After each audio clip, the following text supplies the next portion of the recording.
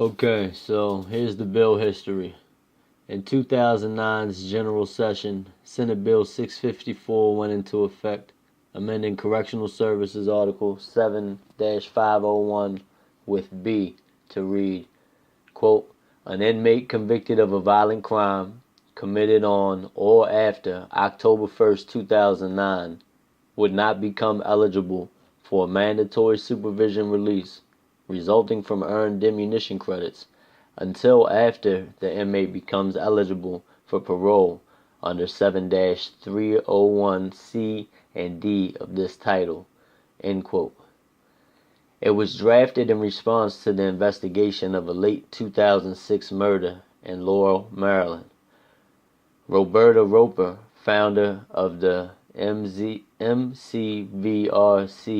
and Russell Butler, attorney, respectfully advocated for the family of the victims of their crime. Through diligent research, their organization determined that the murderer in the aforementioned case was released by a mandatory supervision release, MSR, before being mandated eligible for parole on his term of confinement. Senator Norman Stone sponsored this bill. As you will hear Mr. Butler in his audio transcripts of the reading and introduction of Senate Bill 654, he clearly states his not having much knowledge about diminution credits or release practices in general in Maryland when he stated, I do not even know how this is mathematically possible. It seems as if one would look to be at least aware, in a legal sense, of the factors of a law that you are suggesting to be amended, enacted, or abolished, especially in the profession of an attorney.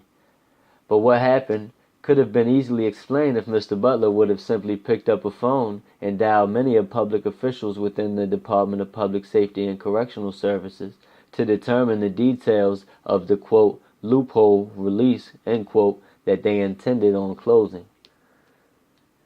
The credits from the first sentence that were accumulated before he was paroled out were calculated along with credits from the crime that constituted the parole violation.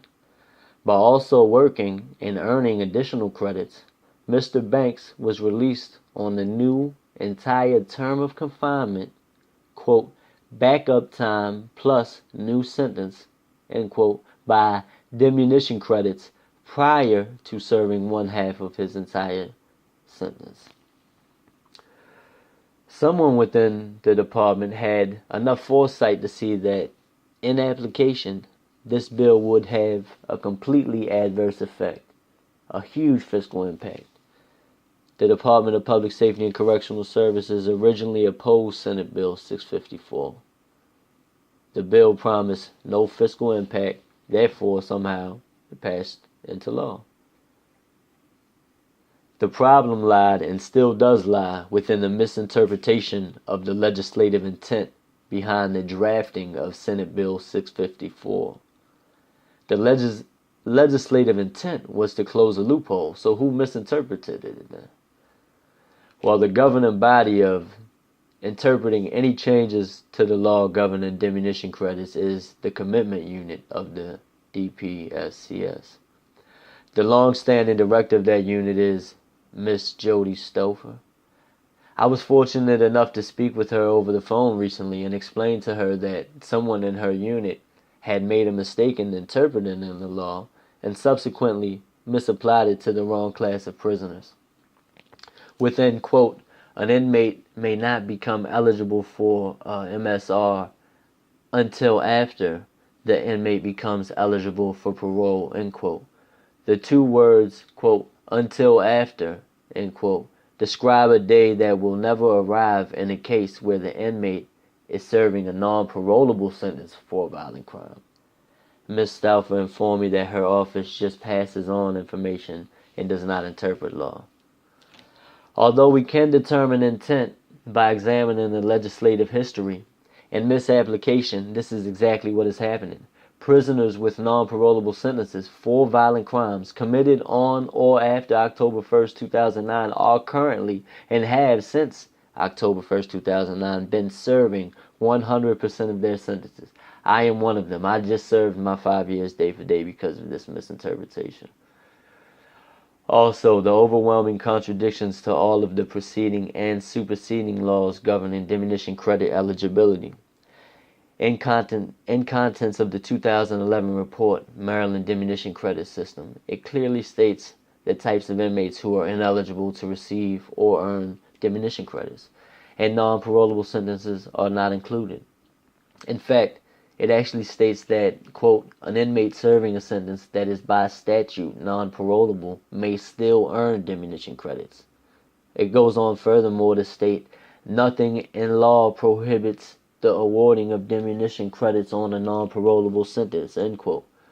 On the diminution credit eligibility chart, it notes Correctional Service Article 7-501B and summarizes it as basically, quote, basically after having served one half of the inmate's sentence, end quote.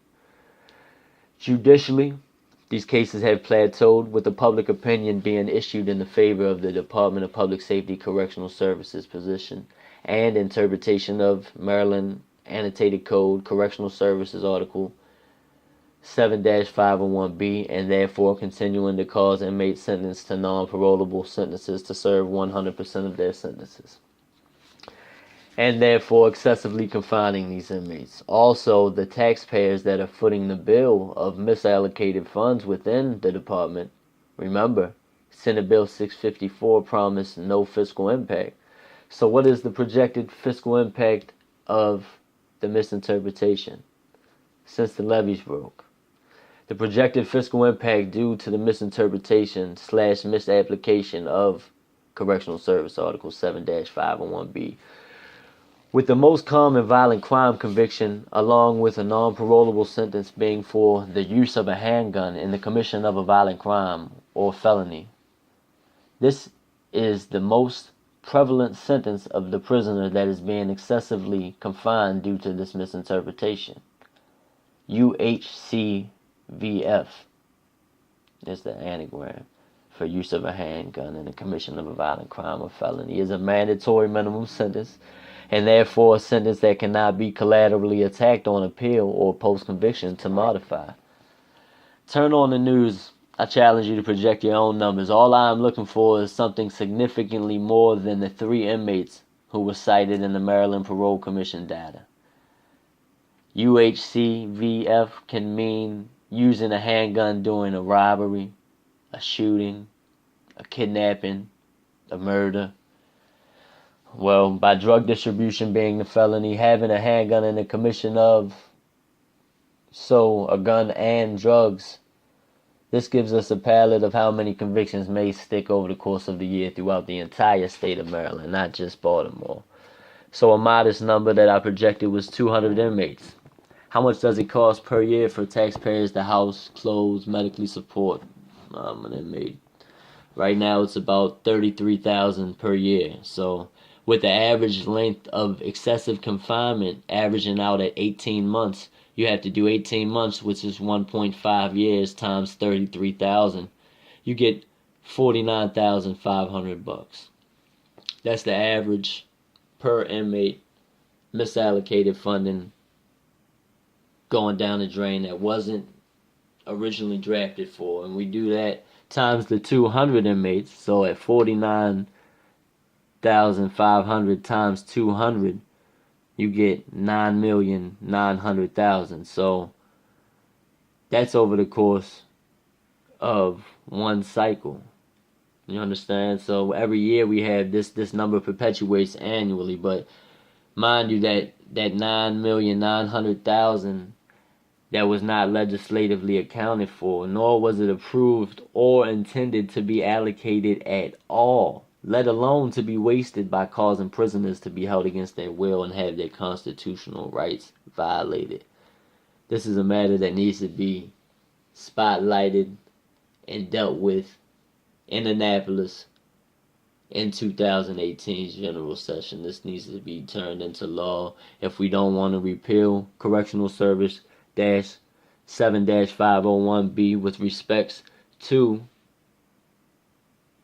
the Maryland Crime Victims Resource Center hard work and protection of the victims of the crime of Mr. Lawrence Banks, then we could at least amend in which what I have drafted and seeking sponsorship to have dealt with and amended for 2018 session. Thank you.